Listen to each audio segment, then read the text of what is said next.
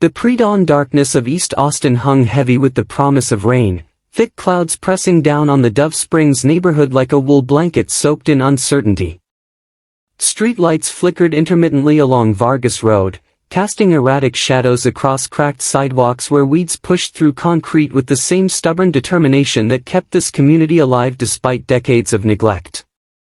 The air carried that distinctive Central Texas scent, a mixture of cedar pollen, diesel exhaust from the nearby highway, and something else, something that spoke of dreams deferred but never quite abandoned. Maria Elena Santos pulled her threadbare jacket tighter around her shoulders as she stepped off the city bus at the corner of Dove Springs Drive. The fluorescent lighting inside the hospital where she'd spent the last 8 hours mopping floors and sanitizing rooms had left her with a persistent headache, but the cool morning air provided some relief. Her hands, still raw from the industrial cleaning chemicals, fumbled in her pocket for the crumpled bus transfer that would take her home to 30 minutes of rest before she had to wake Sophia for school, then rush to her second job at the daycare. 3 jobs. 3 separate worlds that demanded different versions of herself, each one chipping away at who she used to be, who she'd dreamed of becoming. The overnight cleaning shift at Del Seaton Medical Center required invisibility. She moved through sterile corridors like a ghost, her presence acknowledged only when something wasn't clean to perfection. The weekend catering gigs demanded a smile she rarely felt anymore, serving appetizers to people who spent more on a single dinner party than she made in 2 months. And the daycare sweet, exhausting chaos where she helped other people's children learn and grow while wondering if she was failing her own daughter by never being present enough. As she walked down her street, the contrast hit her like it did every morning. On her left, the weathered duplex she'd inherited from her father stood proud despite its peeling sage-green paint and the front porch that tilted slightly toward the street. Eduardo Santos had built that porch with his own hands, using reclaimed lumber and a level that had belonged to his father. Maria could still see him there on Sunday mornings, coffee in one hand, examining the blueprint spread across the porch railing, explaining to 8-year-old Maria how a foundation had to be perfect, how everything else depended on getting those first measurements exactly right. On her right, construction barriers gleamed under newly installed LED streetlights, promising luxury living in historic East Austin, with monthly rents that exceeded what most families in the neighborhood made in 3 months. The signs bore the logo of Morrison Development Corporation, sleek, modern fonts that seemed to mock the hand-painted murals on the chain-link fences they were systematically replacing. Maria's damaged right hand ached as she fumbled with her house keys. The workplace injury that had ended her career as an architectural draftswoman had been so mundane, so ordinary in its tragedy. A stack of blueprint tubes falling from a high shelf, her instinctive reach to catch them, the sharp corner of a metal tube catching her hand at just the wrong angle, severing tendons and crushing bones that had once guided precise pencil lines across technical drawings. The settlement from the company's insurance had barely covered the medical bills, and her workers' compensation had run out months ago. Inside the duplex, the familiar scent of café con leche lingered from yesterday's breakfast, mixed with the faint aroma of the native Texas plants her father had taught her to grow in the small backyard. Esperanza, salvia, and pride of Barbados, plants that could survive the brutal Texas heat and sporadic rainfall, much like the people who tended them.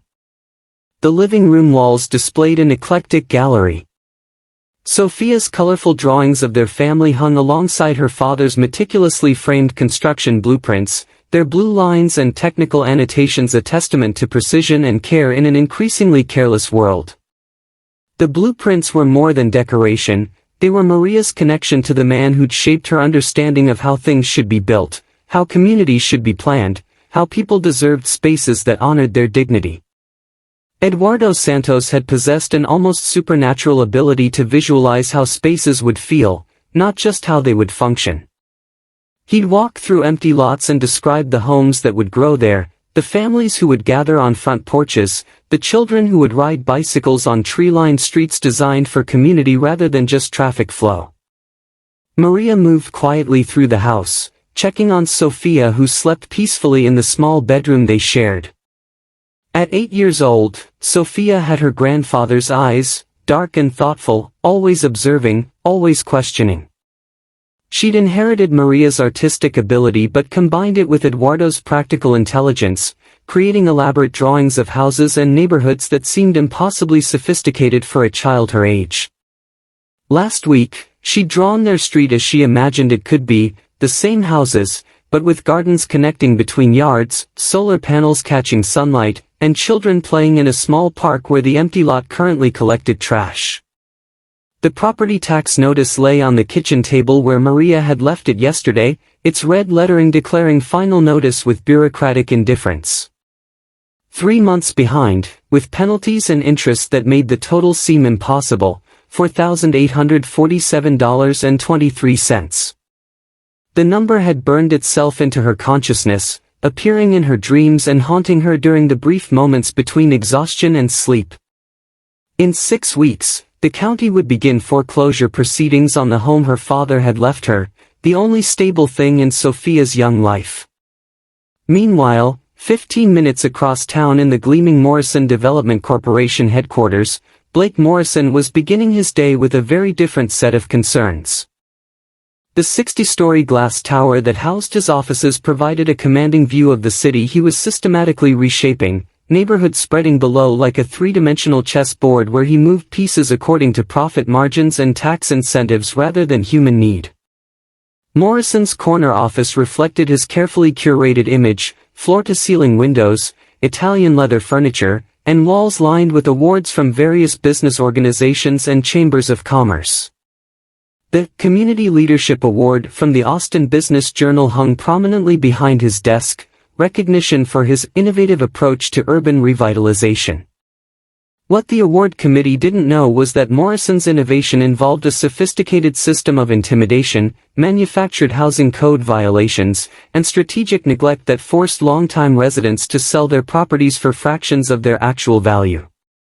His morning routine never varied: double espresso from the office's commercial-grade machine, a line of cocaine carefully measured on the glass surface of his desk, and a review of overnight reports from his network of property scouts and city contacts. The cocaine had started as a social habit at business dinners and charity galas, but had evolved into a necessity that sharpened his focus and deadened any inconvenient stirrings of conscience. This particular morning brought promising news from the Dove Springs operation. 3 more elderly residents had agreed to sell after experiencing a series of unfortunate incidents: burst water pipes, electrical problems, and break-ins that city police seemed unable to solve despite multiple reports. Morrison's shell companies would purchase their homes for roughly 30% of market value, citing the extensive repairs needed and the declining neighborhood conditions his own operations had created. The beauty of the system lay in its deniability. Morrison Development Corporation maintained an spotless public image, donating to local charities and sponsoring community events, while subsidiary companies with names like Community Renewal LLC and Heritage Property Solutions handled the less savory aspects of property acquisition. The elderly residents being pressured to sell never connected their misfortunes to the friendly developer who'd given a speech at their community center about bringing prosperity back to East Austin. Morrison's assistant, Jennifer, knocked on the office door with his usual 9 a.m. briefing folder. Inside were property reports, financial projections, and photographs of target neighborhoods, clinical documentation of human displacement presented in neat spreadsheets, and architectural renderings that transformed complex communities into abstract square footage and profit potential. One photograph caught his attention: an aerial shot of the Dove Springs area showing the precise properties his companies had acquired and those that remained. Red pins marked successful acquisitions, while blue pins indicated resistance that required additional pressure. One blue pin sat squarely on the Santos property, a modest duplex that occupied a strategically important corner lot essential to his planned luxury development. The property records indicated a single mother, 3 months behind on taxes, working multiple low-wage jobs. Morrison made a note to have his team expedite the pressure campaign, perhaps a few more code violations that would require expensive repairs, maybe some issues with the plumbing that would flood the basement. Experience had taught him that single mothers were particularly vulnerable to the stress of mounting problems, especially when they involved threats to their children's safety or stability. As Morrison reviewed his acquisition strategy, Maria was helping Sophia get ready for school, braiding her daughter's long black hair while listening to her excited chatter about a science project on urban planning. Sophia had been researching how cities could be designed to help families and the environment, inspired by her grandfather's stories about neighborhoods where people knew their neighbors and children could play safely in the streets. "Mommy, why don't we have parks like in my pictures?" Sophia asked, pointing to a drawing she'd made of their neighborhood with green spaces and community gardens. Maria felt the familiar ache in her chest, the weight of explaining adult failures to a child's hopeful questions. "Sometimes, Mija, the people who make decisions about neighborhoods think more about money than about families. But your abuelo always said that good communities are built by people who care about each other, not by people who just want to get rich." Sophia nodded with the serious expression she wore when processing complex ideas. "Maybe when I grow up, I can build the parks." "Maybe you will, baby girl. Maybe you will." As they walked to the bus stop together, Maria noticed Mrs. Esperanza Morales from 3 houses down struggling to carry her groceries up her front steps. The elderly woman had lived in the neighborhood for over 40 years, raising 5 children and now helping to raise grandchildren in the same house her late husband had purchased with savings from his job at the Ford plant. Lately, Mrs. Morales seemed more frail, more worried, her usually immaculate yard showing signs of neglect that spoke to troubles beyond simple aging. The bus arrived with a wheeze of hydraulic brakes and diesel exhaust, carrying Sophia toward school and Maria toward another day of barely keeping her head above water. As the bus pulled away, Maria caught sight of a sleek black SUV parked across from Mrs. Morales' house, the same vehicle she'd noticed several times over the past few weeks, always with tinted windows and always watching. The storm clouds that had threatened all morning finally began to release their burden, fat raindrops splashing against the cracked sidewalk and running toward storm drains that hadn't been properly maintained in decades. Maria pulled her jacket hood up and hurried toward the daycare, unaware that the rain beginning to fall would soon reveal a horror that would change everything she thought she knew about her neighborhood, and about how far some people would go to claim what was never rightfully theirs. The morning rain in East Austin fell without prejudice, washing over million-dollar condos and weathered duplexes alike, but the systems designed to manage that water, the infrastructure that determined which communities flooded and which remained dry, those systems reflected choices made by people who would never have to live with the consequences of their decisions. And in the growing downpour, predators continued to circle, while ordinary people went about their daily struggles, unaware that their community was under siege by forces that measured success in displaced families and demolished dreams. The rhythmic sound of Sophia's colored pencils scratching against paper filled the small living room as Maria sat at the kitchen table, sorting through a shoebox of her father's documents. The afternoon light filtering through rain-streaked windows cast shifting shadows across Eduardo Santos' careful handwriting, notes written in both English and Spanish, measurements recorded in his precise architectural style, and sketches that showed not just buildings, but the lives he imagined unfolding within them. 27 years had passed since Eduardo first walked through the empty lots of Dove Springs, fresh blueprints tucked under his arm and hope burning bright in his chest. Maria could still see him as he was then, strong hands that smelled of sawdust and coffee, dark eyes that could spot a crooked foundation from 50 yards away, and a voice that carried the musical cadence of his native Michoacan mixed with the pragmatic directness of a man who'd learned English by reading construction manuals. The memory came flooding back with startling clarity. Maria at 7 years old, perched on a stack of lumber while her father explained why they were building homes instead of just houses. "Mira, Mija," Eduardo had said, kneeling down to her eye level and pointing toward the foundation they'd just poured. "A house is just walls and a roof, pero a home is where a family's story lives. See how we made this foundation extra wide? That's because Mrs. Garcia told me she wants space for her grandchildren to play inside when it rains. And this window here. He gestured toward the front of the house. It faces east so she can see the sunrise while she drinks her morning coffee. 7-year-old Maria had wrinkled her nose. But Papa, wouldn't it be easier to make all the houses the same? Eduardo's laugh had been warm and rich, the sound of a man who understood something essential about human dignity. Easier, see, but wrong. People aren't all the same, so their homes shouldn't be all the same either. When you build for people instead of just building for money, you have to listen to their stories, understand what makes them feel safe, what makes them feel proud. He'd shown her the blueprints then, not the simplified versions she'd seen in his office, but the detailed drawings that included notes about each family's needs, dreams, and fears. Mrs. Garcia wanted her kitchen window to face her sister's house next door so they could wave to each other while cooking. The Hernandez family needed wheelchair accessibility for their teenage son. The young couple on the corner lot had requested extra insulation because they worked night shifts and needed to sleep during the day. The government gives us money to build affordable housing, Eduardo had explained, his calloused hands smoothing the blueprint against his knee. But affordable doesn't have to mean cheap. It doesn't have to mean ugly. These families, they work hard, they pay their taxes, they deserve homes that make them feel proud. Maria remembered the way her father's eyes had lit up when he talked about the community center he was planning, a building that would anchor the neighborhood and provide space for quinceañeras, citizenship classes, after-school programs, and weekend markets where residents could sell homemade tamales and crafts.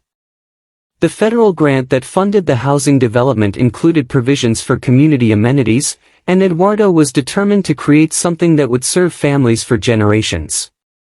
But it was the underground infrastructure that had truly excited him, the network of utilities and easements that most people never saw but that determined whether a neighborhood thrived or merely survived. Eduardo had designed a system that could accommodate future growth while protecting the environment. Storm drains that channeled rainwater into retention ponds, electrical conduits sized for renewable energy upgrades, and fiber optic pathways that would eventually bring high-speed internet to every home. The foundation is everything, Mija, he told her one evening as they walked through the construction site. What you build on top, people can see, but what you build underneath, that's what lasts. That's what protects everything else. Maria opened another folder and found the photographs, dozens of pictures documenting the construction process, the families moving into their new homes, and the community events that followed. There was Mrs. Morales as a young woman, holding baby twins while her husband planted a mesquite tree in their front yard. The Sandoval family standing proudly beside their first car, a used Chevy Impala that gleamed like a jewel against the backdrop of their sage greenhouse. Children playing in the small park Eduardo had carved out of the corner lot, their laughter captured forever in fading color photographs. Among the photos, Maria found something she'd forgotten existed, a letter from the Department of Housing and Urban Development, dated 1987, officially designating the Dove Springs development as a permanent affordable housing community under federal protection. The language was dense with legal terminology, but the meaning was clear. The properties were meant to remain affordable in perpetuity, with residents protected from displacement by a complex web of federal regulations and community land trust provisions.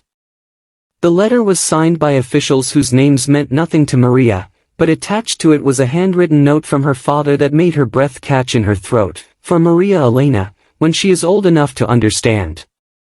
These homes are not just buildings, they are promises. Promises to families who deserve stability, dignity, and the chance to build something lasting for their children.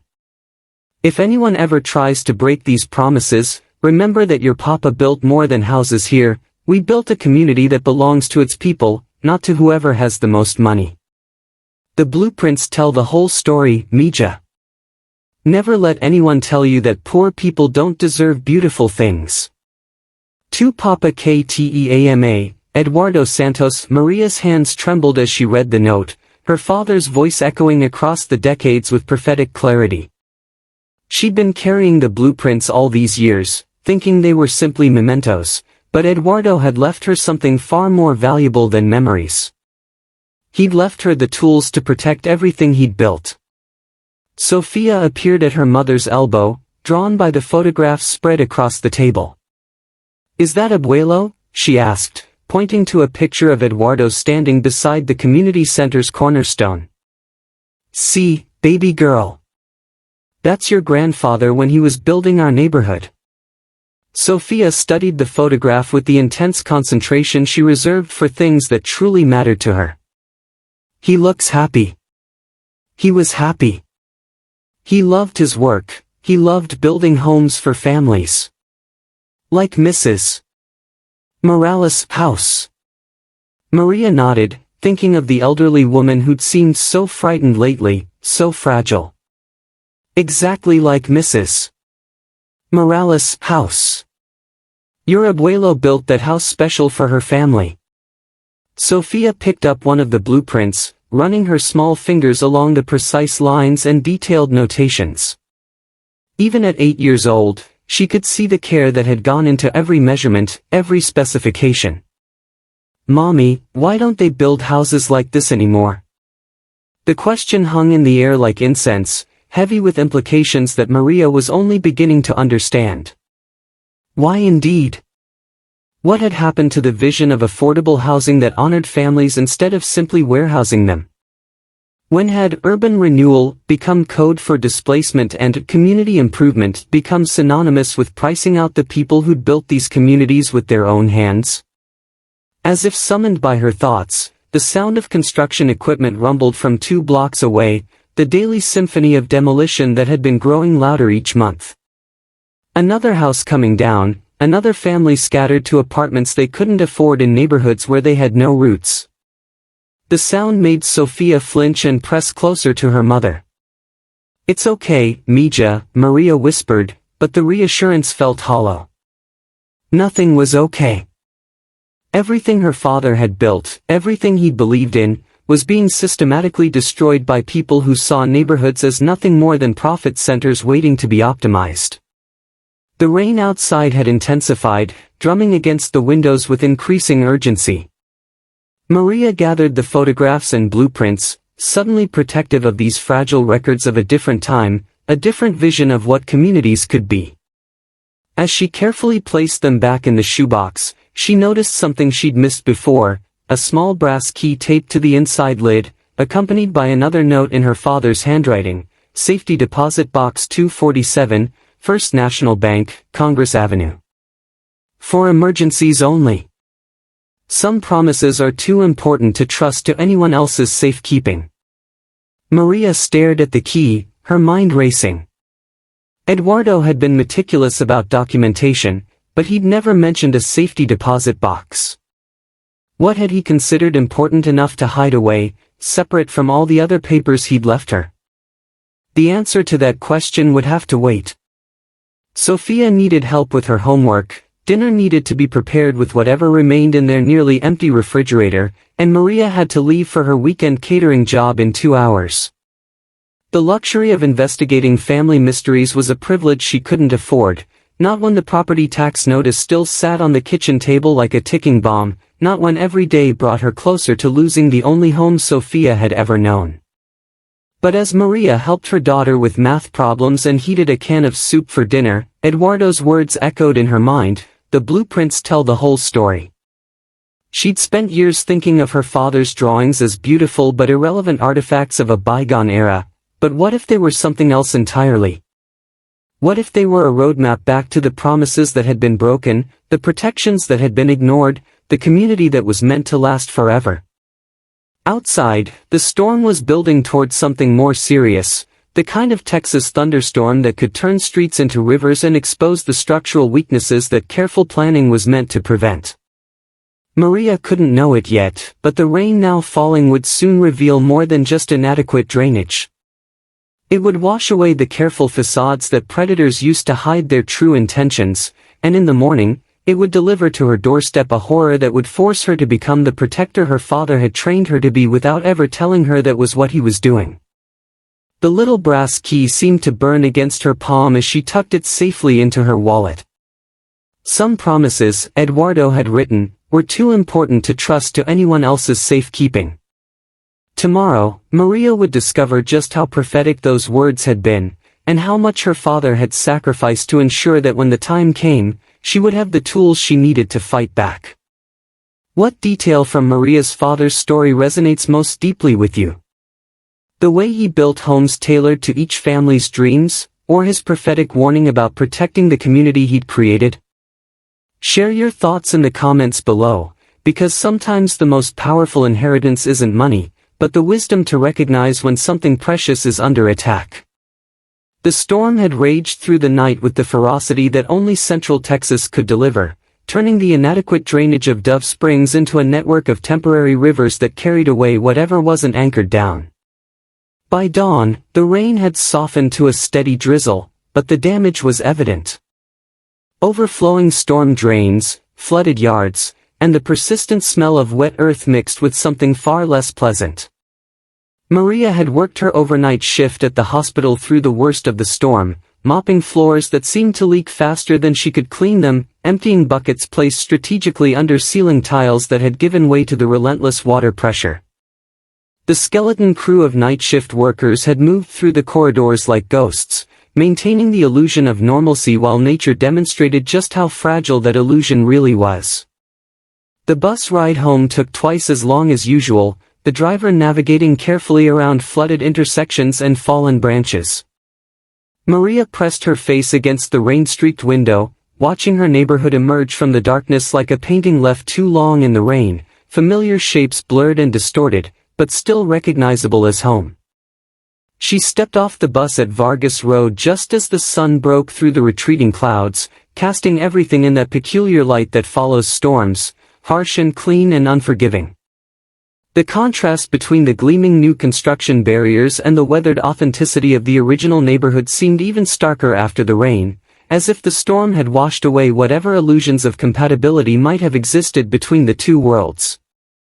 Maria's work boots splashed through puddles that reflected the morning sky as she walked toward home, her body aching from 8 hours of physical labor and her mind already calculating the day ahead. Wake Sophia, prepare breakfast with whatever remained in their pantry, walk her to the bus stop, then rush to the weekend catering job that would pay just enough to keep the electricity from being shut off.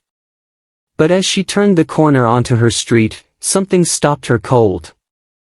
There, tied to the chain-link fence that bordered the empty lot where children used to play, was a figure that seemed too surreal, too horrifying to be real. An elderly woman, bound to the metal fence post with what appeared to be plastic zip ties, her silver hair plastered against her skull by the rain, her clothes soaked through and clinging to her frail frame. Maria's breath caught in her throat as recognition hit her like a physical blow. Mrs. Esperanza Morales, the woman who had baked cookies for every child's birthday, who had tended the most beautiful garden on the block, who had been her father's friend and Sophia's honorary grandmother, was tied to a fence post like an animal, barely conscious and shivering uncontrollably in the morning chill. Dios mío! The words escaped Maria's lips as she ran toward the fence, her exhaustion forgotten in the surge of adrenaline and horror. Mrs. Morales! Mrs. Morales, can you hear me? The elderly woman's eyes fluttered open, unfocused and clouded with confusion and fear. Her lips were blue with cold, and when she tried to speak, only a whisper emerged. Maria, Mija, they said they would hurt the children if I didn't sign. Maria's hands shook as she examined the zip ties that bound Mrs. Morales' wrists to the fence. The plastic had cut into the elderly woman's skin, leaving angry red marks that spoke to hours of struggle against the restraints. Who did this to you? Who tied you here? The men in the black truck, they said I had to sign the papers, but I told them this house belongs to my family, my Alberto built the garden with his own hands. Maria pulled out her phone with trembling fingers, dialing 911 while simultaneously trying to work the zip ties loose. The operator's voice seemed to come from another world, asking questions that felt absurd in the face of such immediate horror. Yes, she'd found an elderly woman tied to a fence. No, she didn't know how long she'd been there. Yes, she needed an ambulance immediately. Mrs. Morales, I'm going to get you free, okay? Just hold on, help is coming. But Mrs. Morales gripped Maria's arm with surprising strength, her eyes suddenly sharp and focused. The papers, Mija, they're in my kitchen drawer, the original papers from when we bought the house, don't let them say we don't belong here. Maria finally managed to break the zip ties using a small utility knife from her work bag, catching Mrs. Morales as the elderly woman sagged forward, her legs unable to support her weight. The woman was hypothermic, her body temperature dangerously low from exposure to the storm, her breathing shallow and labored. As Maria wrapped her own jacket around Mrs. Morales and held her upright, waiting for the ambulance, her mind raced with questions that felt like pieces of a puzzle she didn't yet understand. Who would do such a thing? What papers were they trying to force her to sign? And why did this feel connected to the construction equipment, the black SUVs, and the growing sense of siege that had been building in their neighborhood for months?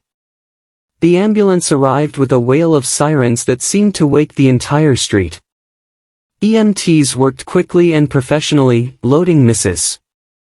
Morales onto a stretcher while firing questions at Maria about how long the woman had been exposed, what condition she'd been in when found, whether there were signs of other injuries beyond the obvious. I'm going with her, Maria declared, climbing into the ambulance despite the EMT's protests about hospital policy and insurance coverage. Ma'am, unless you're family. I am family, Maria said with a fierceness that surprised even her. We're all family here. The ride to the hospital passed in a blur of medical terminology and monitoring equipment, Mrs. Morales drifting in and out of consciousness while Maria held her hand and whispered reassurances in both English and Spanish. The elderly woman's grip was weak but persistent, as if she were anchoring herself to consciousness through sheer determination. At the hospital, Maria waited in the emergency room while doctors worked to stabilize Mrs. Morales' condition. The familiar smell of industrial disinfectant brought back memories of her father's final days in a similar room, the helpless feeling of watching someone you love fight battles you couldn't help them win. It was nearly noon when the doctor emerged with an update. Mrs. Morales would recover from the hypothermia, but her age made the exposure particularly dangerous. She would need to remain hospitalized for observation, and there were signs of other recent injuries, bruises consistent with a struggle, scratches that suggested she'd been manhandled before being tied to the fence. Did she say anything about who did this? The doctor asked. Maria shook her head, though Mrs. Morales' fragmented words echoed in her mind. Men in a black truck. Papers she was supposed to sign. Threats about hurting children. The pieces felt significant, but Maria couldn't yet see how they fit together. She called her supervisor at the catering company, explaining the emergency and accepting the loss of a day's wages she couldn't afford to lose. Then she called the daycare to arrange for Sophia to stay after school, adding another expense to the growing list of financial pressures that seemed to multiply faster than she could address them. But as she sat in the hospital waiting room, something else was happening across town that would soon make her personal financial struggles seem secondary to a much larger battle. Blake Morrison was having what his assistant Jennifer would later describe as one of his episodes, the cocaine-fueled paranoia that struck whenever he felt his carefully constructed plans beginning to unravel. The call had come in at 8:47 a.m. from one of his property scouts. The Morales woman had been discovered, freed, and taken to the hospital before she could be convinced to sign the property transfer documents. Morrison's corner office felt smaller somehow as he paced between the floor-to-ceiling windows, his reflection multiplied endlessly in the glass like a hall of mirrors designed by someone with a cruel sense of humor. The morning's carefully measured line of cocaine had done nothing to calm his nerves. If anything, it had amplified his sense that everything was spiraling beyond his control. "Sir?" Jennifer's voice came through the intercom with the careful neutrality that his staff had learned to adopt when he was in this mood. "What?" The word emerged as a bark rather than a question. "The police report from this morning, you asked me to monitor any incidents in the Dove Springs area." Morrison's jaw clenched. He'd specifically instructed his contract workers to avoid any methods that might attract police attention. The Morales situation was supposed to be subtle, a few more accidents, a gradual escalation of pressure until the old woman finally accepted that selling was her only option. Tying her to a fence during a thunderstorm was exactly the kind of crude brutality that could unravel months of careful planning.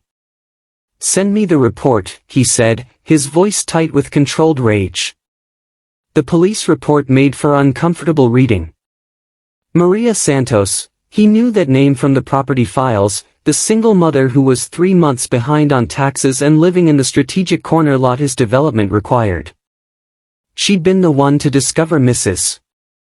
Morales, had ridden with her to the hospital, and had given a detailed statement to the investigating officers about the condition in which she'd found the elderly woman. Morrison pulled up Maria's file on his computer, studying the photograph attached to her property records. 34 years old, former architectural draftswoman, currently working multiple low-wage jobs to support herself and an 8-year-old daughter. The file noted her father's name, Eduardo Santos, and Morrison felt a chill of recognition that had nothing to do with the cocaine in his system. Eduardo Santos. The name appeared in dozens of the original property files for the Dove Springs development, listed as the primary contractor for the affordable housing project. Morrison's legal team had assured him that any complications from the original development had been resolved through proper channels, that the properties could be acquired and redeveloped without interference from outdated federal protections or community land trust provisions. But now Eduardo Santos' daughter had inserted herself into the Morales situation, and Morrison's instincts told him that this was more than coincidence.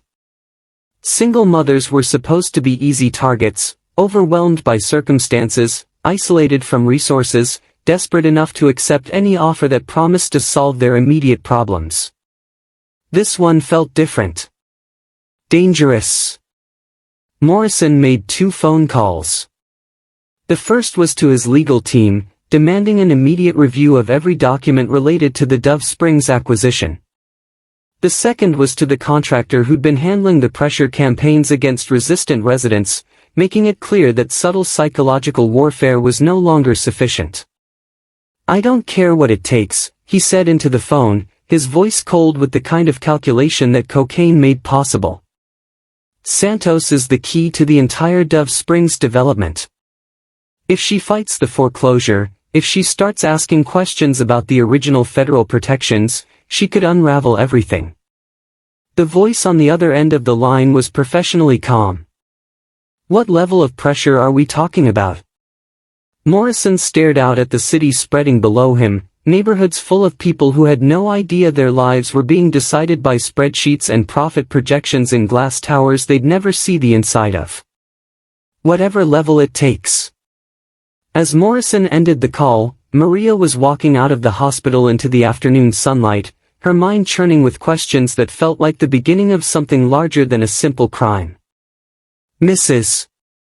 Morales' words about papers and threats echoed in her thoughts, mixing with fragments of her father's stories about the federal protections that were supposed to keep families like theirs safe from exactly this kind of predation. The brass key in her wallet seemed to burn against her hip as she waited for the bus that would take her home to Sofia. Tomorrow, she decided, she would visit the safety deposit box her father had never mentioned. Tonight, she would study his blueprints with new eyes, looking for the story he'd tried to tell her about the promises that were too important to trust to anyone else's safekeeping. Neither Maria nor Morrison yet understood that they were no longer simply neighbors sharing the same city. They had become opponents in a war over the very definition of community, family, and home, A war that would be fought with weapons Morrison had never learned to use against enemies he'd never learned to respect. The storm had passed, but the flood it left behind was just beginning. The brutality of what happened to Mrs. Morales is shocking, but sadly not uncommon in communities under siege by predatory developers. Have you ever witnessed similar tactics being used to force families from their homes? Let us know in the comments, and please subscribe to hear how Maria fights back against forces that see her neighborhood as nothing more than a profit opportunity.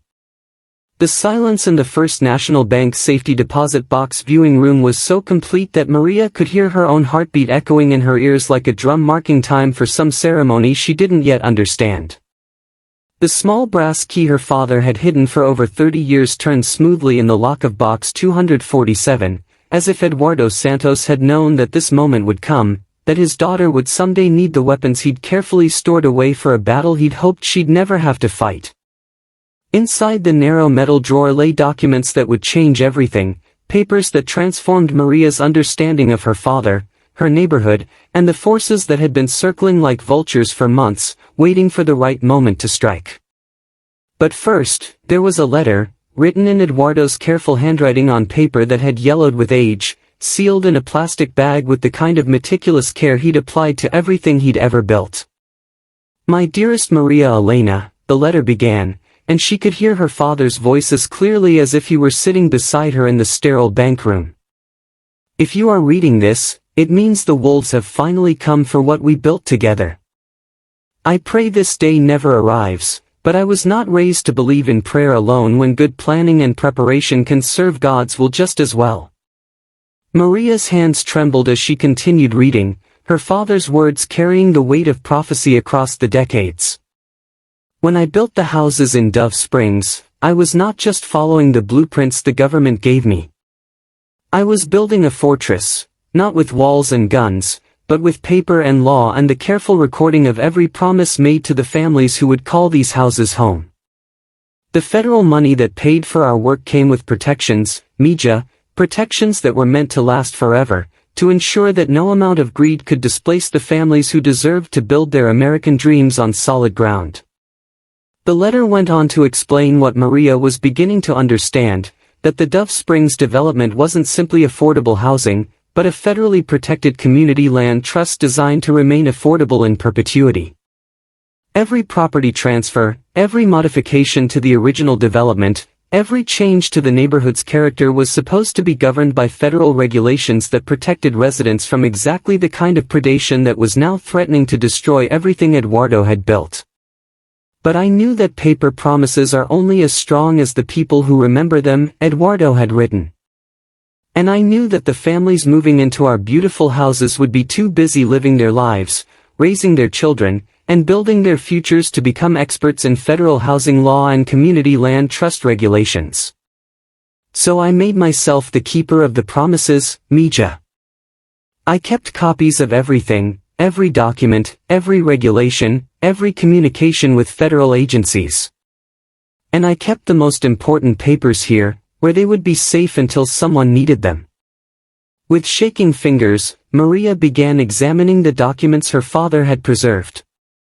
There were original contracts between the Department of Housing and Urban Development and the City of Austin, establishing the Dove Springs development as a permanent affordable housing community with protections that would never expire. There were federal regulations governing how properties in the trust could be sold, modified, or developed, regulations that required community consent and federal oversight for any changes that might affect affordability or resident displacement. Most importantly, there was a document that made Maria's breath catch in her throat, a community land trust agreement that gave existing residents collective ownership of the neighborhood's future development, with voting rights that couldn't be superseded by outside developers or city officials. According to this document, every property sale in Dove Springs required approval from a resident council that had been established in 1987 but had apparently been forgotten as the original homeowners aged and newer residents moved in without understanding their legal protections. But it was the final document in the box that revealed the full scope of what Maria was facing. A 1987 survey map, certified by federal engineers and bearing her father's signature as the development's primary contractor, showed the precise location of underground easements, utility corridors, and mineral rights that belonged permanently to the Community Land Trust. The map was covered with Eduardo's handwritten notes, explaining how the underground infrastructure was designed to support the neighborhood's independence and protect residents from exactly the kind of predatory development that was now threatening their homes. Every house in Dove Springs sits on land that belongs to the families who live there, Eduardo had written in the margins of the survey map. But the underground systems, the storm drains, the utility tunnels, the fiber optic conduits we installed for the future, these belong to all of us together, forever.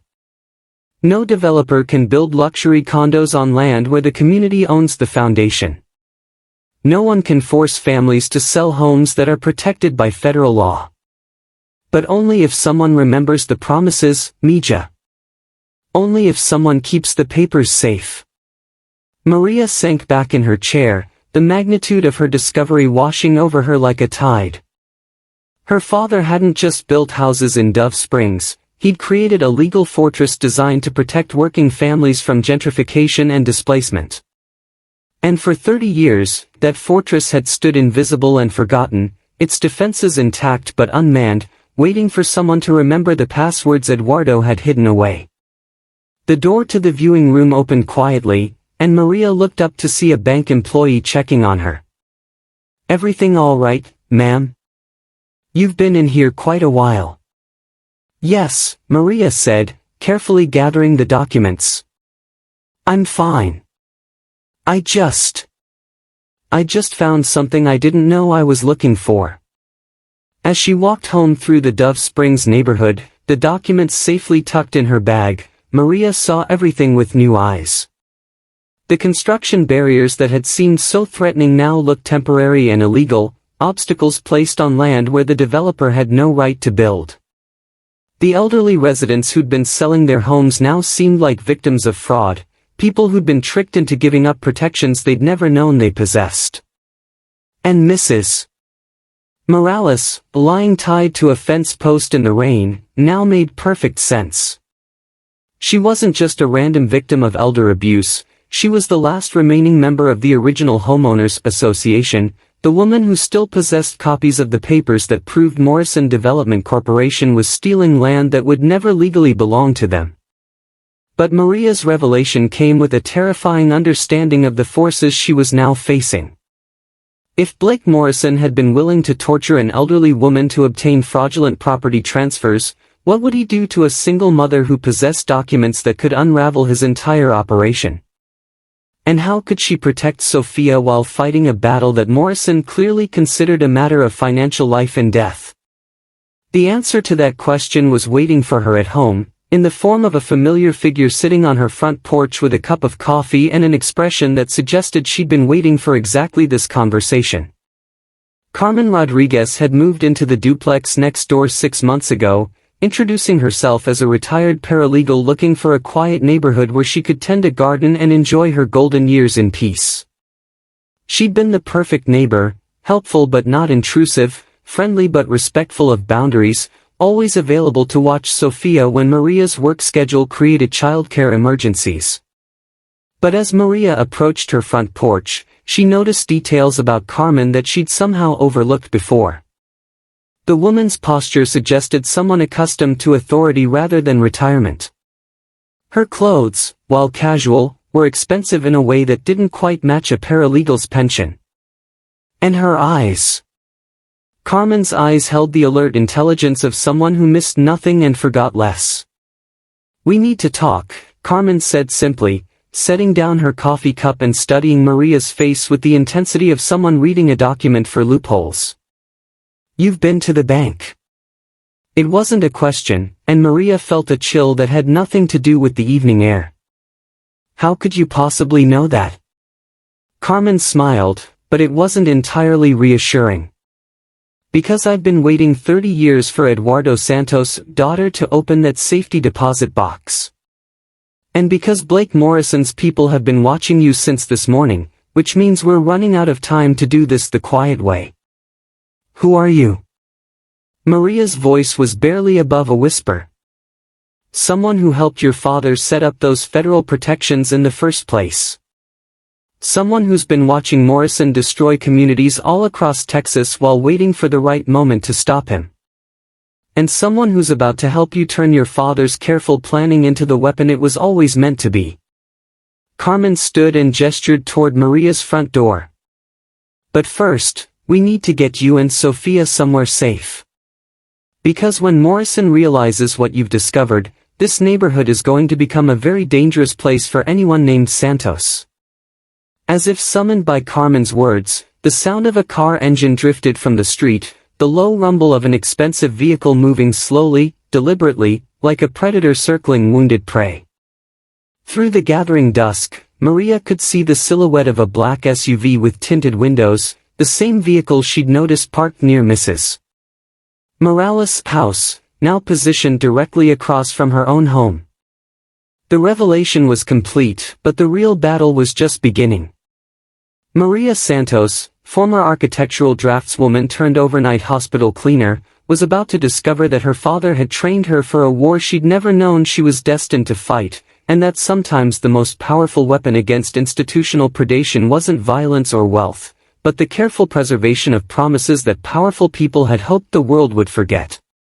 The black SUV's engine continued its low rumble in the darkness, a mechanical heartbeat counting down the moments until Maria would have to choose between the safety of silence and the danger of speaking truth to power.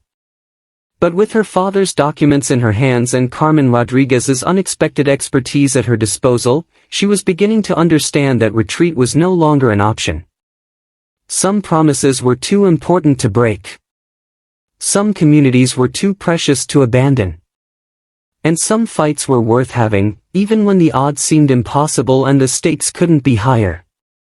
The wolves had finally come for what Eduardo Santos had built. But they had underestimated what his daughter was willing to sacrifice to protect it. The emergency meeting took place in Carmen Rodriguez's living room at midnight, with all the curtains drawn and Sophia sleeping peacefully in the back bedroom, unaware that her 8-year-old world was balanced on the edge of a precipice. Carmen had transformed from quiet retiree to commanding general in the space of an afternoon, her dining table now covered with legal documents, property maps, and a laptop computer that seemed far too sophisticated for someone who claimed to be enjoying simple retirement. "Before we go any further," Carmen said, pouring coffee from a thermos that suggested she'd planned for a long night, "you need to understand exactly who you're dealing with. Blake Morrison isn't just some greedy developer who got lucky flipping houses. He's the front man for a network of shell companies that have been systematically stealing federally protected communities across the Southwest for over a decade." Maria sat at the table, her father's documents spread before her like pieces of a puzzle that was finally beginning to reveal its complete picture. The safety deposit box revelations had felt enormous in isolation, but Carmen's expertise was helping her understand the true scope of what Eduardo had uncovered, and what it meant for communities far beyond Dove Springs. "Morrison's operation works like this," Carmen continued, pulling up a complex organizational chart on her laptop. "He targets neighborhoods with strong federal protections, places like yours that were built with HUD money and community land trust agreements. Then he uses a network of corrupt city officials, fraudulent surveys, and intimidation campaigns to force residents to sell properties they don't legally have the right to transfer." The organizational chart revealed connections that made Maria's head spin. Morrison Development Corporation was connected to at least 15 subsidiary companies, each specializing in a different aspect of the fraud. Heritage Property Solutions handled the intimidation campaigns. Community Renewal LLC managed the falsified paperwork. Austin Growth Partners coordinated with city officials to expedite zoning changes and permit approvals. But how can they get away with something this complex? Maria asked. Surely the federal agencies that created these protections would notice. Carmen's laugh was bitter. The federal agencies responsible for monitoring community land trusts had their funding slashed during the budget cuts of the early 2000s. Most of the oversight positions were eliminated or consolidated into offices hundreds of miles away from the communities they were supposed to protect. Morrison's people did their research. They specifically target neighborhoods where federal oversight has lapsed and local officials can be bought or intimidated. She clicked to another screen, showing newspaper articles from communities across Texas, New Mexico, and Arizona. Los Flores in San Antonio, federal protected community, residents displaced after a series of unfortunate accidents convinced them to sell. Tierra Nueva in El Paso, same pattern. Corazon del Pueblo in Phoenix, exactly the same playbook. Maria studied the articles, recognizing the same elements that had been building in her own neighborhood. Elderly residents experiencing mysterious problems with their homes. Young families facing manufactured crises that forced them to choose between their financial survival and staying in houses their families had owned for generations. Community centers closing due to budget constraints that coincidentally coincided with developer interest in the properties. They've displaced over 3,000 families, Carmen said quietly. 3,000 families who thought they were protected by federal law, who trusted that the promises made to their parents and grandparents would be honored. Morrison has stolen approximately $400 million in federally protected property, and until now, no one has had the documentation necessary to prove it. Until now, Maria repeated, looking down at her father's carefully preserved papers. But why me? Why didn't you approach one of the other families? Mrs. Morales has been here longer, the Sandovals have more education. Carmen's expression grew almost maternal. Because your father wasn't just the contractor who built Dove Springs, Maria. He was the person who discovered Morrison's first test case, a small development in South Austin called Vista Verde that was destroyed in 1995. Eduardo tried to stop them then, tried to get federal investigators involved, but he didn't have enough evidence and no one believed that something so systematic could be happening.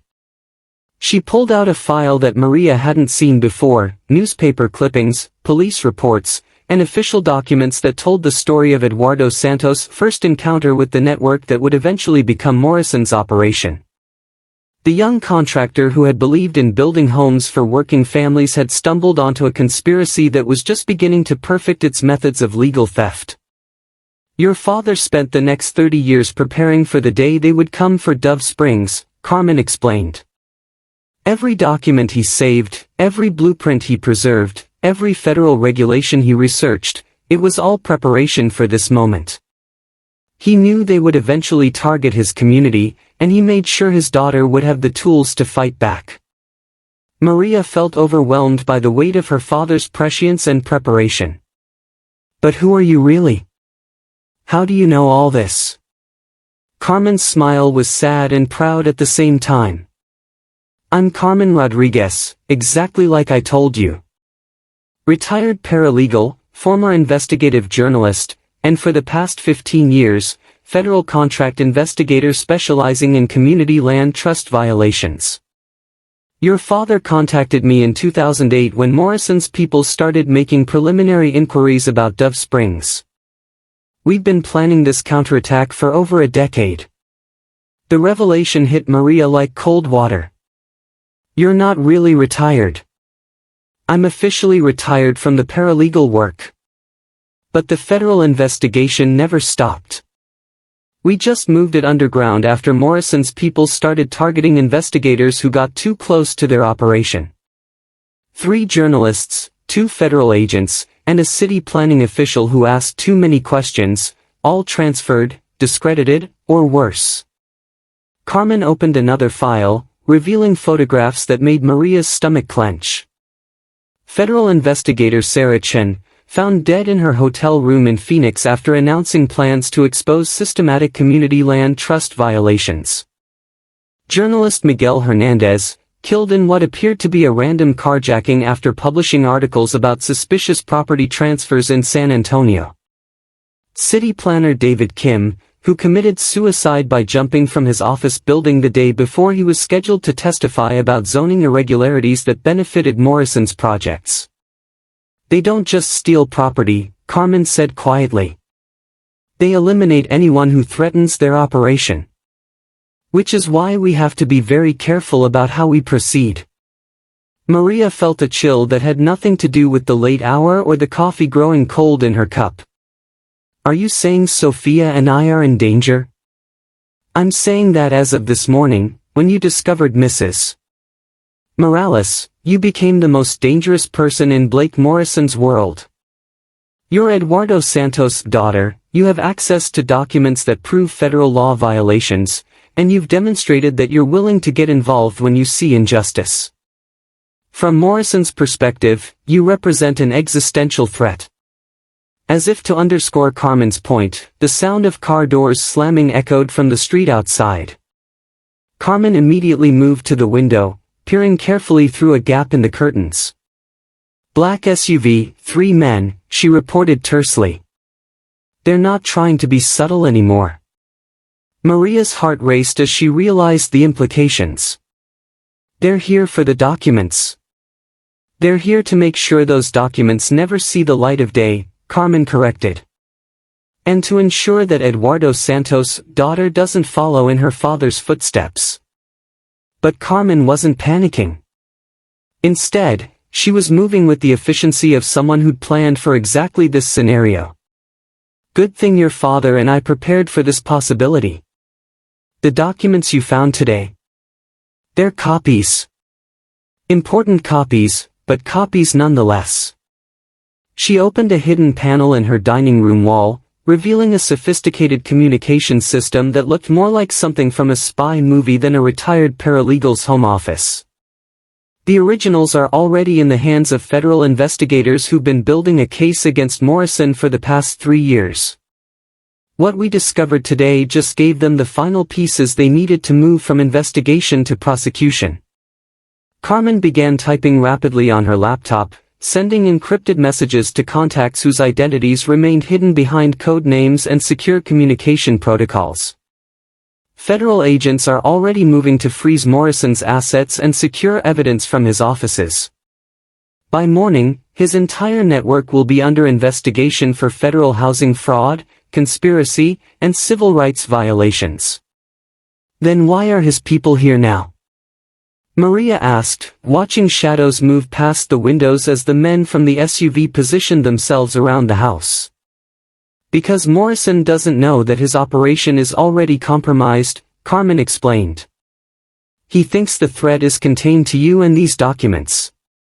He's about to make the final mistake that will ensure his conviction, interfering with a federal witness in an active investigation. Carmen handed Maria a small device that looked like a standard cell phone but felt heavier and more sophisticated. Press the red button if anything happens to me.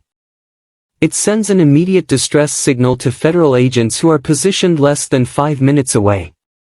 Don't try to negotiate, don't try to reason with them, just press the button and protect Sophia. The front door exploded inward with a crash that seemed to shake the entire house. 3 men in dark clothing moved through the doorway with military precision, their faces covered and their intentions clear. The lead figure held a weapon that gleamed dully in the lamplight. Maria Santos, the man said, his voice muffled by a ski mask but carrying the cold authority of someone accustomed to being obeyed. You have something that belongs to our employer. Hand over the documents, and no one gets hurt. Carmen stepped forward, her retirement facade completely abandoned in favor of the federal investigator she'd always been. Actually, gentlemen, you're about to discover that you've just committed federal crimes while under surveillance by multiple law enforcement agencies. I'd suggest you reconsider your next actions very carefully. The lead intruder's laugh was harsh and confident. Nice try, old lady. Blake Morrison doesn't make mistakes. And he doesn't leave witnesses. But his confidence evaporated as the sound of multiple vehicles surrounded the house, followed by amplified voices identifying themselves as federal agents. Carmen's smile was triumphant as red and blue lights began flashing through the windows. Eduardo Santos spent 30 years preparing to protect this community, Carmen said calmly, as the intruders realized they were trapped. His daughter spent one day learning how to use the weapons he left her. And Blake Morrison spent 15 years underestimating what happens when good people decide they've had enough of being victims. The federal agents who flooded through the doors carried arrest warrants not just for the men who'd broken into Carmen's house, but for Blake Morrison himself and over 40 co-conspirators in what would soon be known as the largest community land trust fraud case in federal history. As Maria held Sophia, who'd slept through the entire confrontation, she realized that her father's final gift hadn't been documents or blueprints or legal protections. It had been the understanding that some battles were worth fighting, some communities were worth protecting, and some promises were too important to let powerful people break them in the shadows. The war for Dove Springs was over before Blake Morrison realized it had begun. But the larger battle for communities across the country was just getting started, and Eduardo Santos' daughter was about to discover that her real inheritance wasn't a house or a blueprint, but the responsibility to ensure that no family would ever again face alone the forces that had threatened to destroy everything her father had built. Blake Morrison's world came apart with the methodical precision of a controlled demolition, each explosive charge carefully placed by federal investigators who had been building their case for 3 years. By sunrise on the morning after the failed break-in at Carmen Rodriguez's house, Morrison Development Corporation's gleaming downtown offices had been transformed into a federal crime scene, with agents carrying boxes of evidence out of the building while news cameras captured every moment of his empire's collapse. Morrison himself sat in a federal holding cell, the cocaine withdrawal making his hands shake as he tried to process how completely his carefully constructed operation had unraveled. The arrogance that had sustained him through years of predatory development had evaporated, replaced by a growing understanding of the forces he'd underestimated and the enemies he'd made. The federal charges read like a catalog of institutional evil: conspiracy to commit housing fraud, violation of federal civil rights laws, money laundering, witness intimidation, elder abuse, and racketeering under the RICO statute. Each count carried potential prison time that would ensure Blake Morrison would spend the rest of his life behind bars, his luxury lifestyle a memory as distant as the communities he'd destroyed. But it was the civil lawsuit filed by the families of Dove Springs that would deliver the most profound justice. Carmen Rodriguez, revealed now as federal investigator Carmen Rodriguez working under deep cover, had spent months documenting every aspect of Morrison's operation. The evidence she'd gathered, combined with Eduardo Santos' meticulously preserved documentation, created an airtight case for damages that would bankrupt Morrison's network and provide restitution to every family they'd displaced. Maria stood in the federal courthouse 3 weeks later, Sophia's hand in hers, watching as Judge Patricia Hernandez read the preliminary injunction that would protect Dove Springs and dozens of other communities from future predatory development. The legal language was complex, but the meaning was clear: every property Morrison had fraudulently acquired would be returned to the families who'd been forced to sell, and the federal protections Eduardo Santos had built into the neighborhood's foundation would be restored and strengthened. The court finds, Judge Hernandez declared, her voice carrying the weight of institutional justice finally awakened, that the defendants engaged in a systematic campaign to defraud families protected by federal housing laws, using intimidation, falsified documents, and violence to steal property that was legally protected in perpetuity. This court orders the immediate return of all fraudulently acquired properties to their original owners or their lawful heirs, along with damages sufficient to compensate for the emotional and financial harm caused by this criminal enterprise. But the most satisfying moment came when Morrison himself was brought into the courtroom for sentencing. The man who had orchestrated the torture of Mrs. Esperanza Morales, who had threatened children to force their grandparents to sign fraudulent documents, who had destroyed communities with the casual indifference of someone clearing weeds from a garden, that man now stood shackled and broken before families whose lives he'd tried to steal. Morrison's expensive suit hung loose on his frame, the weight loss from imprisonment and cocaine withdrawal making him appear smaller, diminished. His lawyers had negotiated a plea agreement that would spare him the death penalty in exchange for full cooperation with federal investigators pursuing similar cases across the Southwest. When Judge Hernandez asked if he had anything to say to the families he'd victimized, Morrison's response revealed the pathetic core of his character. "I was trying to improve these neighborhoods," he said, his voice hoarse and unconvincing even to himself. "I thought I was helping people move up in the world, giving them opportunities." Mrs. Esperanza Morales, now fully recovered from her ordeal and sitting in the front row with Maria and Sofia, stood slowly and spoke with the dignity of someone who had survived persecution and lived to see justice prevail. "Senor Morrison," she said, her accented English carrying the musical cadence of someone who had learned the language late in life but had mastered its power to convey truth. "You tied an old woman to a fence in the rain because she would not give you what was never yours to take. You thought that because we are poor, because we are old, because our English is not perfect, that we do not deserve the homes our families built with their own hands." Her voice grew stronger as she continued, and Maria could see the entire courtroom listening with the attention reserved for moments of genuine moral clarity. "But you were wrong about everything, senor. You were wrong about what makes a neighborhood good. You were wrong about what makes people valuable. And you were most wrong about thinking that families like ours do not know how to fight back when someone tries to steal our children's future." Morrison's face crumpled as Mrs. Morales spoke, the weight of his actions finally penetrating the narcissistic barriers he'd built around his conscience. For the first time since his arrest, he seemed to understand that the communities he destroyed were composed of real people with real lives, real dreams, real dignity that he'd trampled in pursuit of profit margins and cocaine-fueled grandiosity. "I'm sorry," he whispered, but the words felt hollow in the cavernous courtroom, insufficient to the scope of the harm he'd caused. Judge Hernandez's sentence reflected the systemic nature of Morrison's crimes. 35 years in federal prison without possibility of parole, plus restitution totaling over $400 million to be paid from the liquidation of his assets and business empire.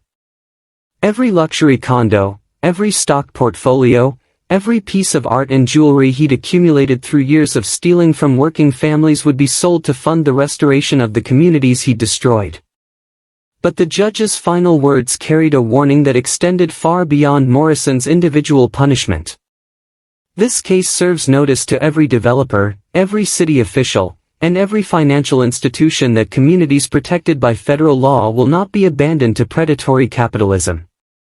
The families who built these neighborhoods, who raised their children in these homes, who created the social fabric that makes communities more than just collections of buildings, these families have rights that this court will enforce regardless of their income, their immigration status, or their ability to hire expensive lawyers." The courtroom erupted in applause that continued for several minutes, families from across the Southwest who had traveled to witness Morrison's sentencing finally seeing justice delivered to the man who had tried to erase their children's inheritance. Maria felt tears streaming down her face as she realized that her father's 30-year plan had not only succeeded, but had created a legal precedent that would protect countless other families from similar predation. As the court session ended and families began filing out of the courthouse, Maria was approached by a young woman who introduced herself as Sarah Gonzalez, a recent law school graduate who had been following the case. "Mrs. Santos," Sarah said, her excitement barely contained, "my family lost their home in Las Flores 5 years ago to one of Morrison's companies. We thought there was nothing we could do, that the legal system only worked for people with money. But what you and your father accomplished here, it's changed everything. I want to specialize in community land trust law, help families understand and protect their rights before predators like Morrison can destroy what their parents and grandparents built." Maria smiled, remembering her father's words about foundations supporting everything that came after. Eduardo Santos always said that the most important part of any building is the part you can't see, the foundation that supports everything else. I think he'd be proud to know that what he built is still supporting people he never met. The conversation was interrupted by Carmen Rodriguez, who approached with the efficient purposefulness that Maria had learned to associate with good news delivered by competent people. "The federal asset forfeiture is complete," Carmen reported. "Morrison's personal assets have been liquidated, his shell companies have been dissolved, and the restitution fund is ready for distribution. Every family who lost property to his operation will receive full compensation plus damages for the emotional trauma and lost equity. The Dove Springs Community Land Trust has been legally restored with enhanced federal protections that will prevent any future attempt to undermine resident ownership. She paused, studying Maria's face with the assessment of someone delivering life-changing information. There's also a personal component to the restitution.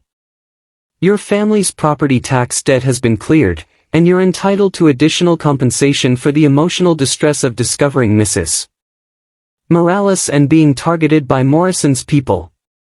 The total amount, it's enough to finish your architectural degree and start your own practice specializing in affordable housing development. Maria felt Sophia squeeze her hand as the implications sank in. After 3 years of working 3 jobs, of choosing between groceries and utilities, of lying awake at night calculating impossible budgets, financial stability felt like a concept from another universe. But more than the money, what mattered was the opportunity to continue her father's work, to build homes for families instead of just building structures for profit. There's one more thing, Carmen added, her official demeanor softening into something more personal. The federal government has authorized the creation of a new Community Protection Division within HUD, dedicated to monitoring and enforcing community land trust protections. They've offered me the position of director, and I'd like you to consider joining as senior investigator. Your understanding of both architectural planning and community organizing would be invaluable in preventing other families from facing what yours went through. As they walked out of the federal courthouse into the Austin sunshine, Maria reflected on how completely her world had transformed in less than a month. The frightened woman who had discovered Mrs. Morales tied to a fence post had been replaced by someone who understood her own power, her own inheritance, and her own responsibility to protect communities that powerful people saw as obstacles to their profit projections. Blake Morrison would spend the rest of his life in prison, his empire dissolved and his victims compensated. But more importantly, the legal precedent established by Eduardo Santos' careful documentation would protect thousands of families across the country from similar predation. The foundation Eduardo had built in 1987 had finally supported the structure it was always meant to protect, not just affordable housing, but the radical idea that working families deserved communities designed for their dignity rather than someone else's wealth. And his daughter, trained by his example and armed with his documentation, was ready to help build that foundation under every community that needed protection from the wolves that would always circle, looking for the moment when good people stopped paying attention to the promises that kept their children safe.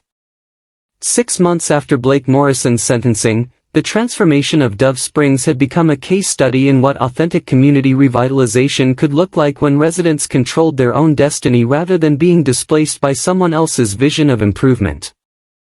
Maria walked through her neighborhood on a crisp February morning, Sophia's hand in hers as they headed to the community center that had been rebuilt using funds from Morrison's asset forfeiture, and marveled at how much had changed while somehow remaining essentially the same. The construction barriers that had once promised luxury living were gone, replaced by community gardens where Mrs. Esperanza Morales taught neighborhood children how to grow the vegetables their grandparents had brought from Mexico and El Salvador. The elderly woman had become something of a local celebrity after her story spread through news coverage of Morrison's trial, but she wore her newfound fame with the same quiet dignity she'd shown when facing down predatory developers. "Mija, Mrs.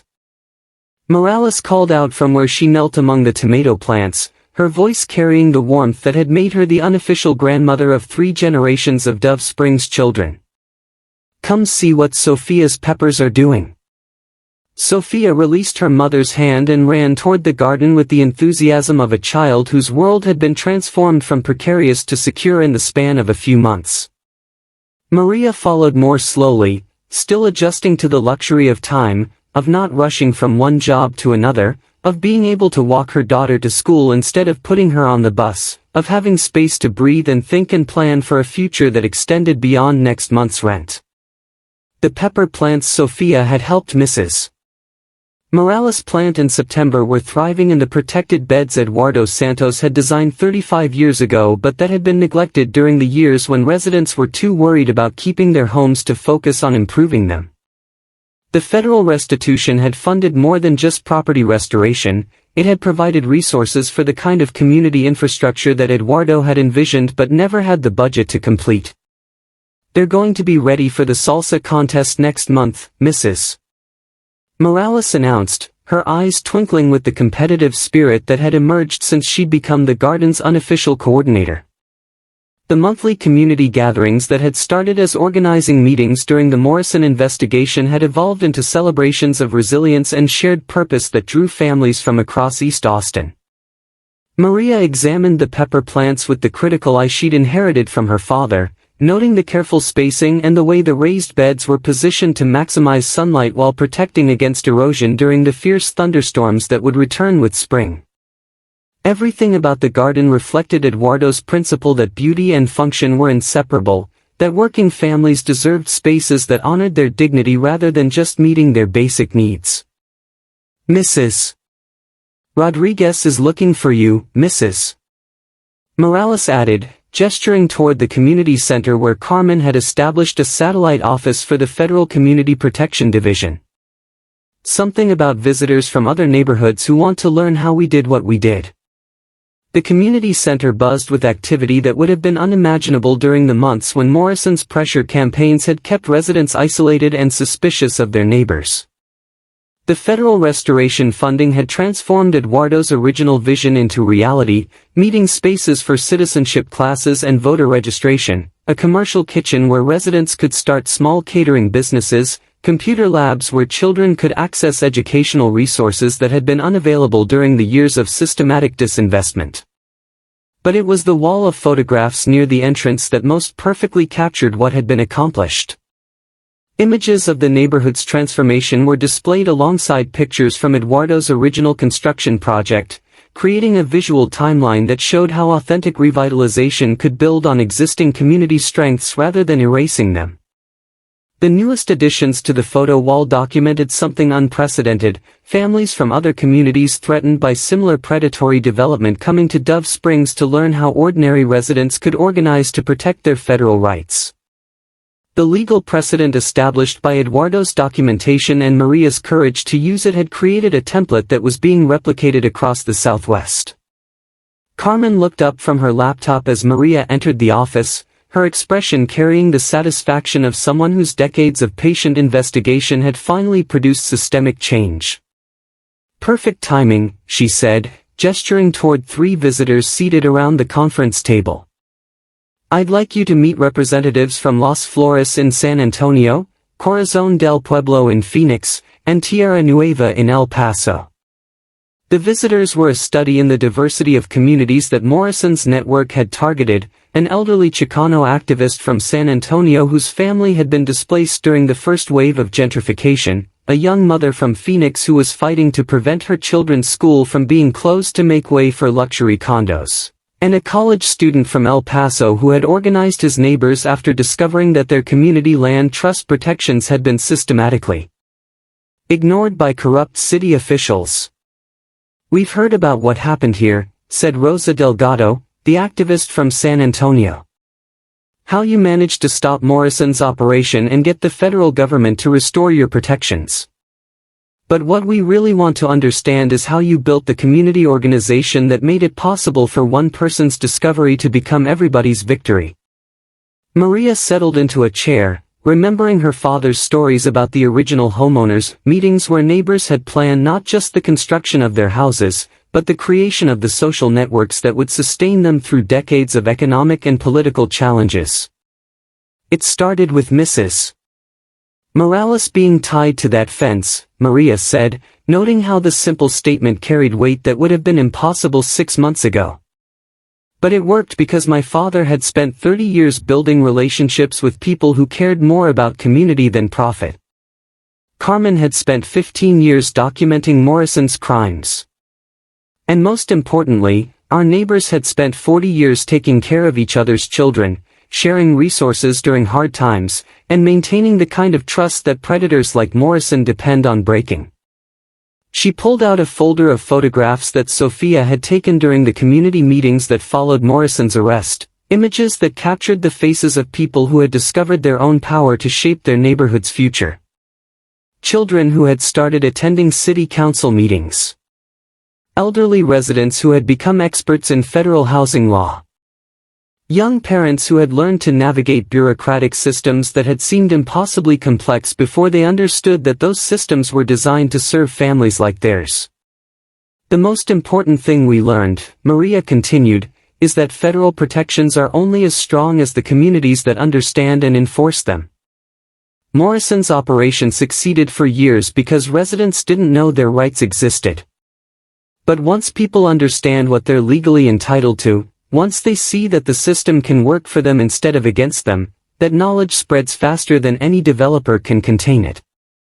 The student from El Paso, David Moreno, leaned forward with the intensity of someone whose community was running out of time. But how do you get people to believe that fighting back is possible? In our neighborhood, so many families have already given up. They think the developers have all the power, that city officials can't be trusted, that federal agencies don't care about places like ours. Maria exchanged glances with Carmen, remembering her own despair during the months when working 3 jobs wasn't enough to keep their home, when every interaction with official institutions felt designed to wear down her resistance rather than provide genuine help. You start by solving smaller problems first, Carmen suggested, her voice carrying the wisdom of someone who had organized communities for decades. Help someone navigate the bureaucracy to get a pothole fixed. Support a family dealing with housing code violations that might be legitimate rather than manufactured. Show people that organizing works for everyday problems before asking them to take on systematic corruption. And you document everything, Maria added, thinking of her father's meticulous record-keeping and the way it had provided the foundation for everything that followed. Every meeting, every conversation with officials, every problem that gets solved or ignored. When people can see the patterns, when they understand that individual problems are part of larger systems, that's when they start believing that systematic solutions are possible. The conversation continued for 2 hours, with the visitors taking detailed notes about everything from fundraising strategies to legal research techniques. But Maria found herself most energized by their questions about sustaining community momentum after the immediate crisis had passed, how to maintain the kind of civic engagement that could prevent future predatory development rather than just responding to it after families had already been displaced. The garden is part of it, she explained, thinking of Mrs. Morales teaching children to plant seeds that would feed their families in 6 months. People need to see that organizing isn't just about fighting against things, it's about building the kind of community they want their children to inherit.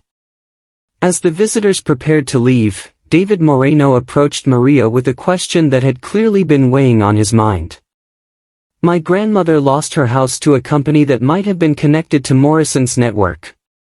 Is there any way, is it too late to get justice for families who were displaced before you stop them?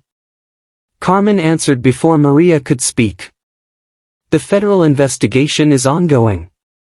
Every property transfer Morrison's people touched is being reviewed, and families who were displaced have legal standing to reclaim homes that were fraudulently acquired. It's not too late, it's never too late when federal law has been violated.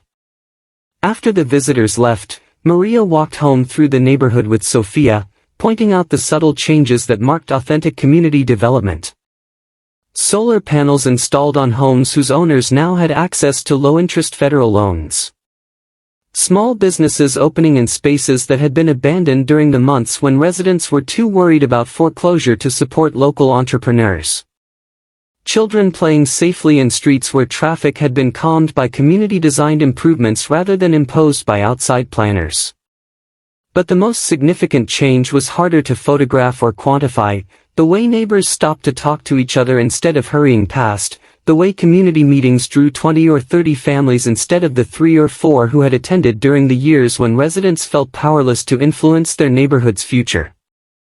That evening, as Maria helped Sophia with homework at the kitchen table where Eduardo's blueprints still hung in hand-built frames, her daughter looked up with the serious expression she wore when processing important ideas. "Mommy, Mrs. Chen at school says her family might have to move because their rent is going up too much. Could we help them like we helped Mrs. Morales?" Maria felt a familiar surge of determination, the sensation that had become as natural as breathing during the months since Morrison's arrest. "What do you think we should do, Mija?" Sophia considered the question with the thoughtfulness of a child who had watched adults solve seemingly impossible problems through careful planning and persistent effort. "Maybe we could find out if there are laws that protect families like Mrs. Chen's family. And maybe we could have a meeting where people talk about what's happening in their neighborhoods." "That sounds like something your abuelo would have suggested," Maria said, marveling at how completely Eduardo's vision of community organizing had been absorbed by a granddaughter who had never met him but was clearly carrying forward his understanding that ordinary people had extraordinary power when they worked together. The ripple effect that had started with one elderly woman tied to a fence post was spreading in ways that Eduardo Santos could never have imagined but would have recognized as the natural result of foundations built to support not just buildings, but the communities that gave those buildings meaning. And his daughter, trained by his example and empowered by his documentation, was discovering that her inheritance included not just the tools to protect her own family's home, but the responsibility to help other families understand that their communities belonged to them rather than to whoever had the most money to take them away. The war against predatory development would never truly end, but the balance of power had shifted permanently in favor of families who understood their rights and were willing to fight to protect them. Blake Morrison was serving his sentence in federal prison, but more importantly, the precedent established by his prosecution had made it clear that systematic community displacement would no longer be tolerated as simply the cost of economic development. Some foundations, once properly built, could support structures that lasted for generations. And some children, once properly taught, could carry forward the work of protecting communities that their parents and grandparents had built with their own hands, their own dreams, and their own understanding that homes were more than just buildings, they were promises made to the future. 1 year later, Maria stood in the renovated community center of Dove Springs, watching as her daughter Sophia presented her science fair project to a panel of judges that included city council members, federal housing officials, and community organizers from across the Southwest. The project, titled Building Communities That Last, How Federal Housing Law Protects Family Dreams, displayed architectural models, legal flowcharts, and photographs documenting the transformation of their neighborhood from a target of predatory development into a model of resident-controlled revitalization. But it was Sophia's presentation itself that captured the essence of what had been accomplished, an 8-year-old explaining complex legal concepts with the confidence of someone who had watched her community transform systematic victimization into collective power. "When developers want to steal neighborhoods," Sophia explained to the judges, pointing to a detailed model of Dove Springs that showed the underground infrastructure her grandfather had designed, "they count on families not knowing about the laws that protect them. But when communities understand their rights and work together to enforce them, the laws become stronger than any amount of money." The judges listened with the attention reserved for moments of genuine insight, but Maria found herself most moved by the faces of the community members who had gathered to support Sophia's presentation. Mrs. Esperanza Morales sat in the front row, her hands folded over the walking cane she'd been using since her recovery, her eyes bright with the pride of someone watching her community's future take shape in the next generation.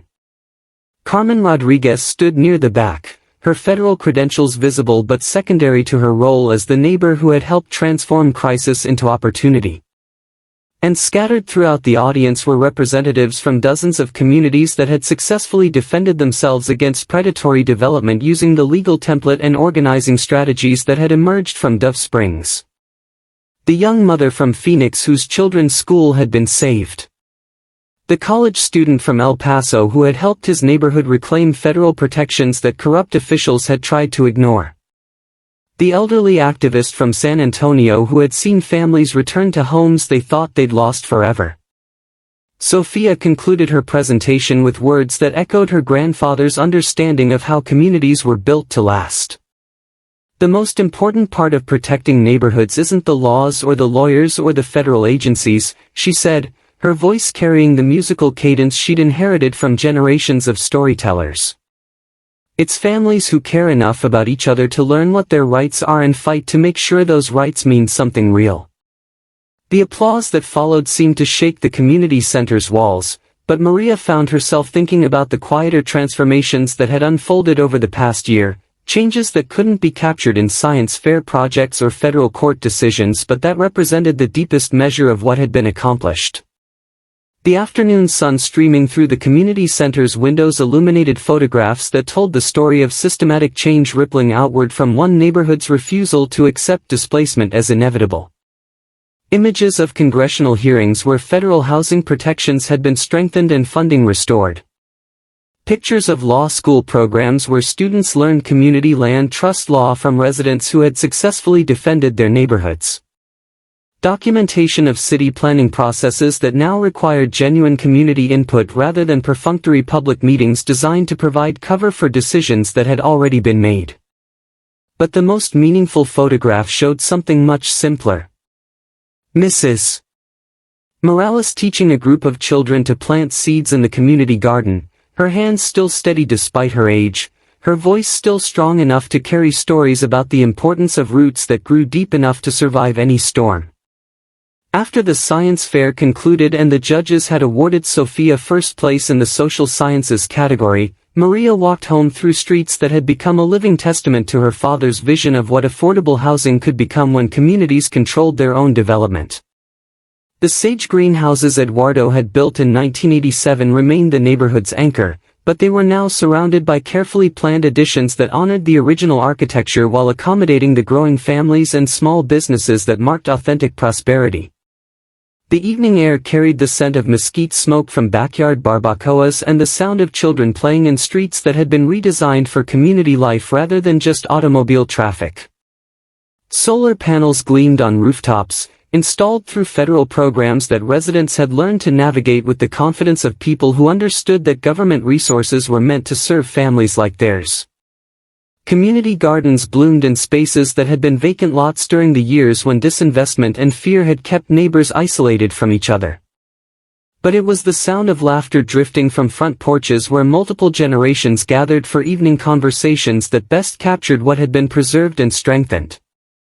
The social fabric that Morrison's operation had tried to tear apart had not only survived but had been rewoven into something stronger and more resilient than its original form.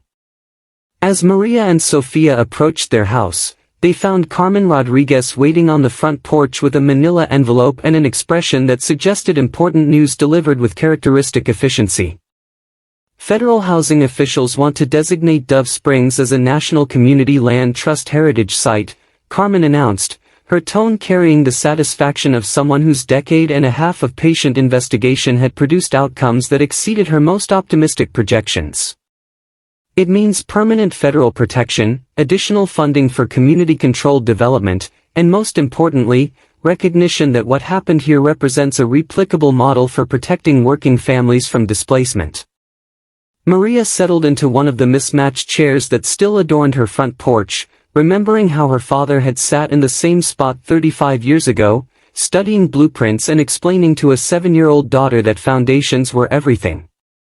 The designation would ensure that future generations of families could build their dreams on the same solid ground Eduardo Santos had prepared for them. There's also a personal component, Carmen continued, opening the envelope to reveal documents that made Maria's breath catch in her throat. The federal government has authorized the creation of the Eduardo Santos Community Protection Fellowship, funded by the final liquidation of Morrison's assets.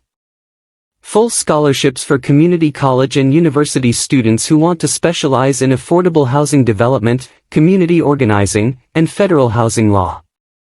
The fellowship program would train a new generation of advocates who understood both the technical and social aspects of protecting communities from predatory development. Students would spend summers working with neighborhoods threatened by displacement, learning to combine legal expertise with the kind of grassroots organizing that had made the Dove Springs victory possible. Sophia would be eligible when she's older, Carmen added, noting the 8-year-old's obvious interest in the conversation. if she wants to continue her grandfather's work. Sophia looked up from the architectural drawings she'd been studying, her expression serious but determined. "I want to help families build houses that make them feel proud," she said, unconsciously echoing Eduardo Santos' words from decades earlier. "Houses that belong to the people who live in them instead of to people who just want to make money." As the sun set over East Austin, casting long shadows across the neighborhood Eduardo had built and his daughter had saved, Maria reflected on the completeness of what had been accomplished. Blake Morrison would spend the rest of his life in federal prison, his victims compensated and his methods exposed to legal scrutiny that would prevent similar systematic predation. But more importantly, the precedent established by their resistance had fundamentally shifted the balance of power between communities and the forces that sought to exploit them. The brass key her father had hidden in a safety deposit box for 30 years had unlocked more than just legal documents. It had opened a door to understanding that ordinary families possessed extraordinary power when they learned to use the tools that democratic institutions provided for their protection. And the blueprints Eduardo had preserved in hand-built frames had revealed themselves to be more than technical drawings. They were instructions for building communities that could survive any attempt to destroy them. 3 months later, Maria sat in her office at Santos Community Development, the nonprofit organization she'd established to help neighborhoods across Texas understand and enforce their federal housing protections. The converted storefront in downtown Austin buzzed with activity as college students researched community land trust law, paralegal volunteers helped families navigate housing bureaucracies, and community organizers planned strategies for defending neighborhoods that powerful interests had targeted for displacement. The wall behind Maria's desk displayed a framed blueprint from her father's original Dove Springs project, surrounded by photographs of communities that had successfully used the legal template Eduardo had created to protect their own families' futures. Each success story represented dozens of families who would sleep safely in homes they owned rather than being scattered to apartments they couldn't afford in neighborhoods where they had no roots.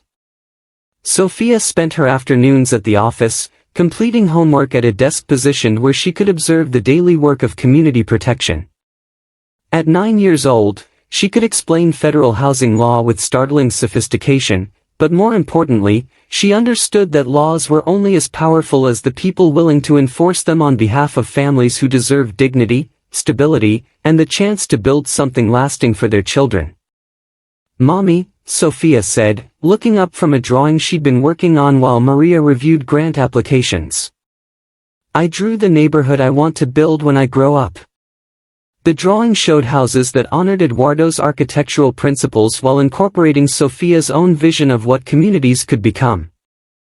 Solar panels and wind turbines provided clean energy, while community gardens and small parks created spaces for neighbors to gather and children to play safely. Underground, carefully labeled infrastructure supported the visible neighborhood while protecting it from the kind of systematic neglect that made communities vulnerable to predatory development. But it was the title Sophia had written at the top of her drawing that captured the essence of what Eduardo Santos had built, what Maria Santos had defended, and what Sophia Santos would carry forward into a future where no family would face alone the forces that sought to steal their children's inheritance. Forever homes for families who care about each other. The promise Eduardo had made in 1987 had been kept, defended, and strengthened for generations not yet born. The foundation he'd built with such careful precision had supported structures he'd never imagined but would have recognized as the natural result of communities that understood their own power and were willing to use it to protect what they'd built together. Some battles were won not with violence or wealth, but with patience, documentation, and the radical idea that working families deserved communities designed for their dignity rather than someone else's profit. Some legacies were measured not in money or monuments, but in children who learned early that their neighborhoods belonged to them and that they had both the rights and the responsibility to keep them safe. And some foundations, once properly built, could support dreams that lasted forever, dreams strong enough to survive any storm, deep enough to nourish generations, and wide enough to welcome every family that understood that homes were more than buildings, communities were more than collections of houses, and promises made to protect children's futures were too important to let anyone break. no matter how much money they had or how much power they thought they possessed. The rain would come again to East Austin, as it always did. But the neighborhood Eduardo Santos had built for his granddaughter would be ready for it, grounded in law, strengthened by community, and protected by people who understood that some things were worth fighting for because they were too precious to lose and too important to trust to anyone else's safekeeping. In the growing dusk, streetlights began to illuminate a community that belonged permanently to the families who had built it with their dreams, their determination, and their understanding that ordinary people could accomplish extraordinary things when they remembered that foundations were everything, and that what they built together would last long after the wolves stopped circling, looking for something that was no longer vulnerable to their hunger. The legacy was complete, but the work would continue forever. And Sofia Santos, daughter of Maria and granddaughter of Eduardo, was already preparing to carry that work forward into a world where communities would never again face alone the forces that sought to steal what they had built with love, defended with courage, and preserved for children not yet born but already protected by promises that would never be broken.